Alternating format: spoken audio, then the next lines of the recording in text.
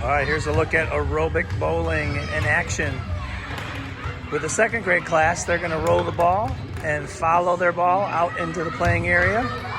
They're trying to knock a pin down. As soon as a pin falls down, they want to stop their ball, take the ball back to their next person in line, and then go bring their pin all the way down to the other end and stand it up in their hula hoop. And let the next person roll.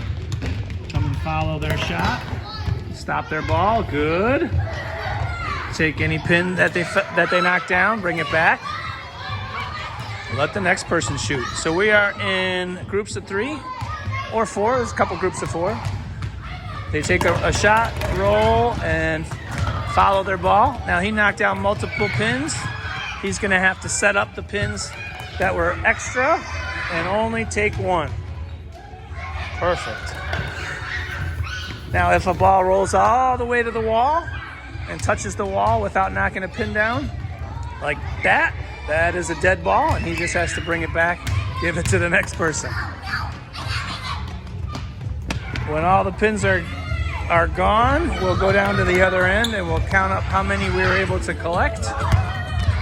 And we should have time to play a second round to see if we can beat the score that we got in the first game. We call it aerobic bowling.